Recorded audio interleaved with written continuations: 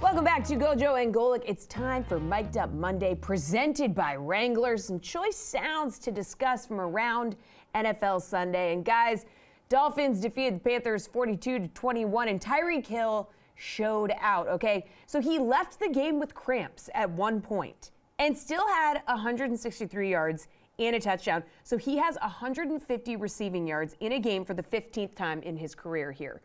That ties Jerry Rice for the second most games, such as this one, before a player's 30th birthday. Okay, so on his touchdown, he decides to celebrate by grabbing a phone from a media member and doing a backflip. Check this out. I know the NFL gonna find me for it, but it's worth it though.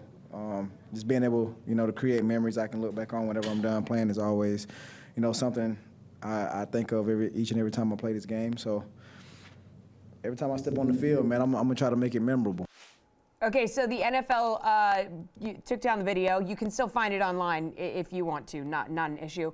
But pretty hysterical stuff. He's like, I know that I'm going to be getting fined here. I don't care. I'm gonna do the backflip. So this was a setup all the way. The guy had started the video. I don't know if it was a Miami Dolphin employee. Yeah, they had premeditated this. It was definitely premeditated. The guy started it because, as we all know, wearing gloves, you can't do anything on the phone if you're wearing gloves. Well, if you got the gloves that have the little bit of metal there, some of them have the. I'm going to doubt football receiving gloves have the metal in it to start. Oh yeah, I thought you were talking about the guy. Because because you saw Tyreek Hill kind of hitting the phone like he was doing it. But the video had already. It was a setup, and I'm fine with the setup, no problem at all. In all honesty, Mike, and here's the thing: celebrations you can do, you can't use a prop. So as soon as he grabbed the phone, that was going to be the end of it. I wish they would let him go. Now, God knows how far they would go with props, but I don't have a problem with it. To me, it's not hurting anybody. How no, big to do me, you it's think less the that. fine's gonna be? How big? He's been fined like 10 grand. every week. It was the socks. It was like he's just probably 7-10 up. grand, or depending on if you've been fined for that before, it'll jump a little higher. I think the better question here is because actually, if you watch the video itself doesn't turn out that cool. No. It was a lot cooler watching him do a flip holding a cell phone than it was watching the actual footage that doesn't give you a full appreciation for the athletic marvel here. What I want to ask is which you would rather get fined for, which way you would rather go out. Tyreek Hill doing a phone flip fine, or George Kittle getting fined for the F the Cowboys shirt that he pulled up in their win over the Dallas Cowboys. I played for the Eagles. Which do you think I would do? Well, I mean, but like, wouldn't you like to be able to do a backflip? Well, from the standpoint of athletic ability, I would love to stand there and do a backflip. Yes, it would be embarrassing if I tried to do it.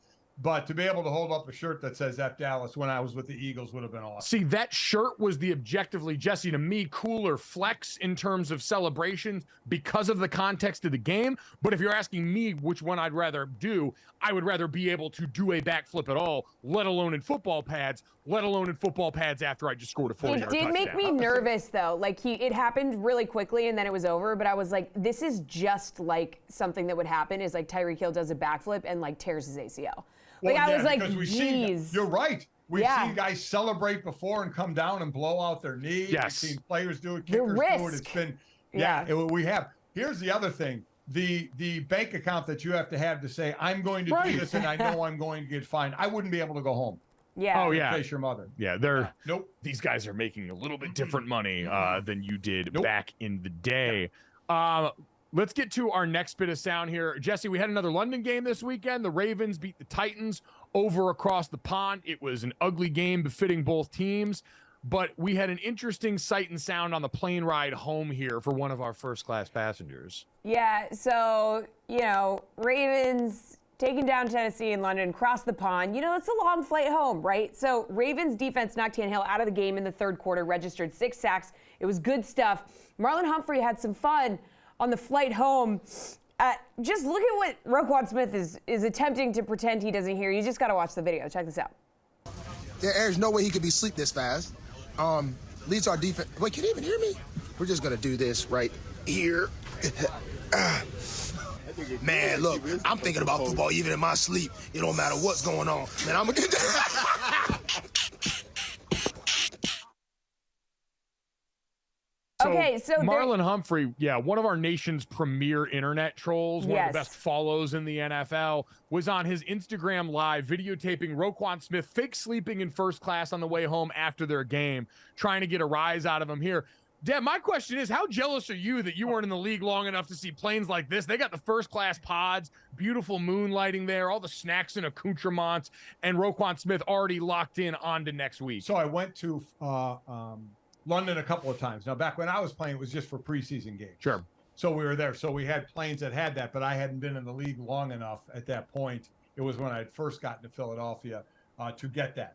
But yeah, because I barely listened to the video because I was too busy looking at the great laydown seats that they were in. Oh, Which is man, just that's good fantastic. stuff. And after you win, man, flights home are a ball. The longer they are, the more fun you're going to have before you eventually just pass out in your seat. Well, And he was trying to. Yeah, he was trying to. I mean, obviously, it seemed like the plane hadn't. You can't go live on Instagram when the plane's in the air, so it hadn't taken off yet. So he was like, "Oh, you're already sleeping down here, buddy."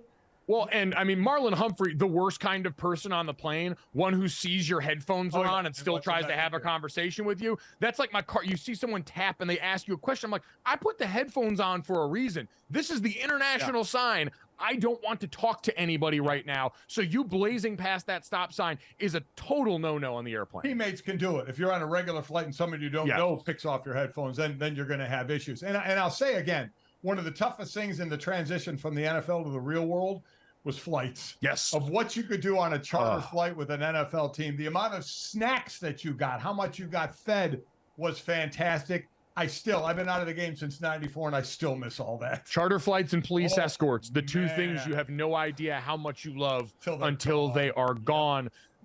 Let's get to one more soundbite here. Jesse, disrespect is something that players always like leaning into, and we had one of the many former Patriots on the field for the Patriots-Raiders game play that card with joy. Yeah, I mean, speaking of not knowing what you have until it's gone, the Patriots losing again, 21-17 to the Raiders. Pats are 1-5, I would like to point out.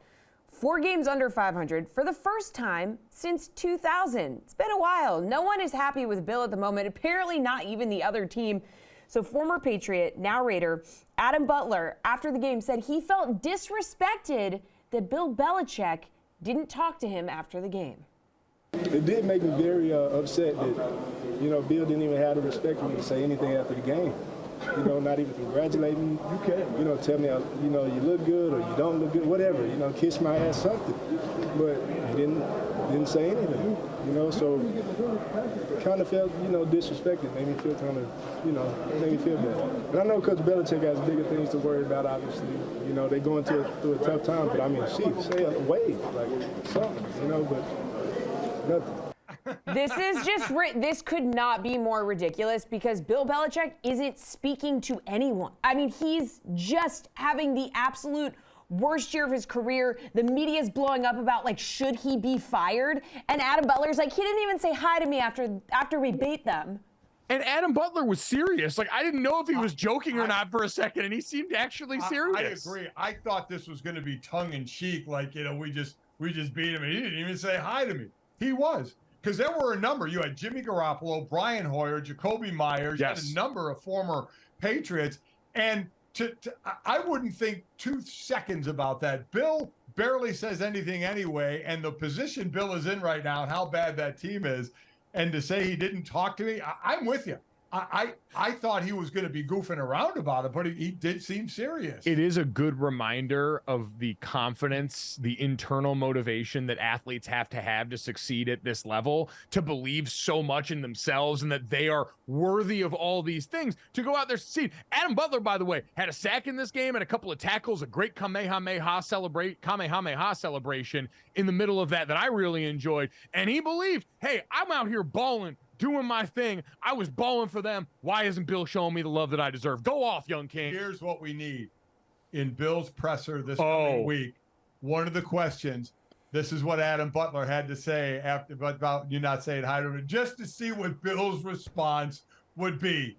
That would be gold, hey, right? Our good buddy Courtney Cox does a great job over on the morning show at WEEI.